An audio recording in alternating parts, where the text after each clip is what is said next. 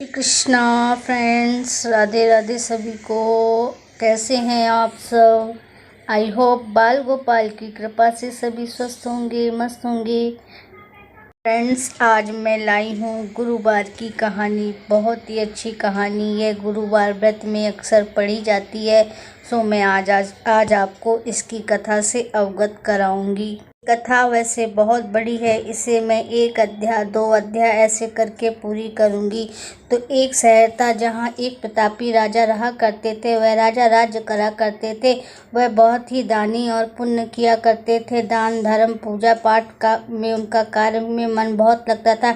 लेकिन ये सब बातें उनकी रानी को अच्छी नहीं लगा करती थी। एक दिन राजा जंगल में शिकार खेलने के लिए गए।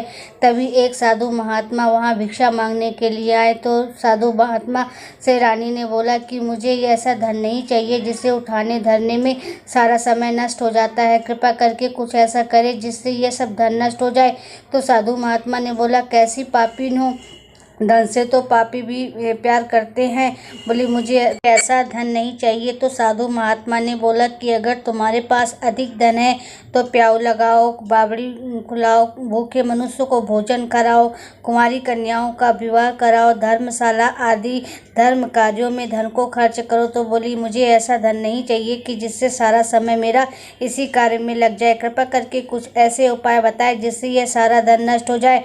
तो साधु महात्मा ने बोला कि तुम गुरुवार के दिन केशों को धोते हुए स्नान करना और घर में गोबर से लीपना और राजा को बोलना कि हजामत बनावे और भोजन में मांस मदिरा आदि का सेवन करना।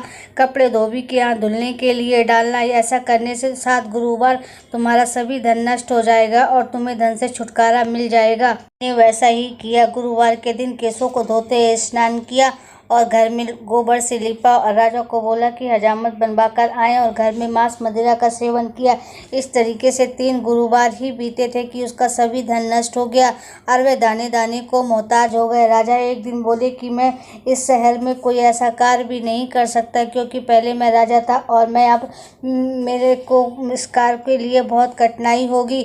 तो मैं किसी अन्य शहर में जाता हूँ और कुछ न कुछ कार्य करता हूँ।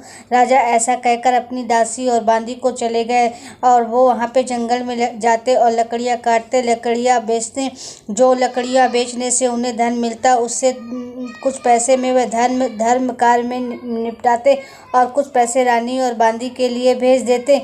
इस तरीके से वक्त व्यतीत हो रहा था। एक दिन राजा ने कुछ दिनों तक धन नहीं भेजा तो रानी और बांदी का बहुत बुरा हाल था। रानी ने अपनी बांदी से बोला, पास के शहर में मेरी बहन रहती है, तुम उसके यहाँ चले जाओ और कुछ धन ले आओ। तो बांदी रानी की आज्ञा पाकर उनकी बहन के यहाँ चल दी। उस दिन गुरुवार था। रानी की बहन गुरुवार की पूजा कर रही थी। तो वह बांदी ने जब बोला कि मुझे आपकी बहन ने भेजा है कुछ धन लेने के लिए, तो रानी की बहन ने कोई उत्तर नहीं दिया। जब कई बार कहने में उसे कोई उत्तर नहीं मिला तो वह बड़ी उदास मन होकर बांदी लौट आई और रानी से कहा कि आपकी बहन बहुत घमंडी है, वह छोटे मनुष्यों से बात नहीं करती। मैंने कई बार उनसे कहा तो कोई उत्तर नहीं मिला, इसलिए मैं चली आई। रानी ने कहा कि आपत्ति काल में ही अच्छे बुरे का पता चलता है, खैर जो भगवान की इच्छा। तो तभी रानी की बहन ने देखा कि बहन की बांदी आई हुई थी। मैंने उससे कुछ बोला नहीं तो वह बुरा मान गई होगी। ऐसा कहकर वह गुरु भगवान को प्रणाम कर पूजा करके अपनी बहन के यहाँ गई। कहो बहन, क्यों भेजी थी तुमने? तो बोली कि तुमसे तो कोई बात छुपी नहीं है और राजा का भी कोई पता नहीं चल रहा है, कोई संदेश नहीं आ रहा है और कोई धन भी नहीं आ रहा है। हमारे अब ऐसे दिन आ गए हैं कि हम एक वक्त खाते हैं और एक वक्त पानी पीकर ही सो जाते हैं। तो रानी की बहन ने कहा कि तुमने गुरुवार का अपमान किया था, सो तुम्हारे साथ ऐसा हुआ है। अब तुम गुरुवार का व्रत करो जिससे सब कुछ ठीक हो जाएगा। तो बोली कि बांदी ने बोला कि इस व्रत को कैसे किया जाता है, कृपा करके मुझे उसकी विधि बताएं, मैं इसे अवश्य करूंगी। तो रानी की बहन ने विधि कहने लगी और बोली कि गुरुवार के दिन उठना और स्नान करना, स्वच्छ पीला वस्त्र पहनना और केले की जड़ को स्नान करना और चने की दाल और गुड़ का भोग लगाना और भगवान की पूजा करना और शाम को बिना नमक का किसी पीले चीज का भोजन करना। तो रानी और बांदी तैयार हो गई। जब गुरुवार आया तो उन्होंने वैसा ही किया। गुरुवार को उन्होंने स्नान करके स्वच्छ पीले वस्त्र पहने और केले की जड़ की पूजा की और उन्होंने चने गुड़ का भोग लगाया। अब पीला भोजन कहाँ से आवे? बांदी और रानी परेशान।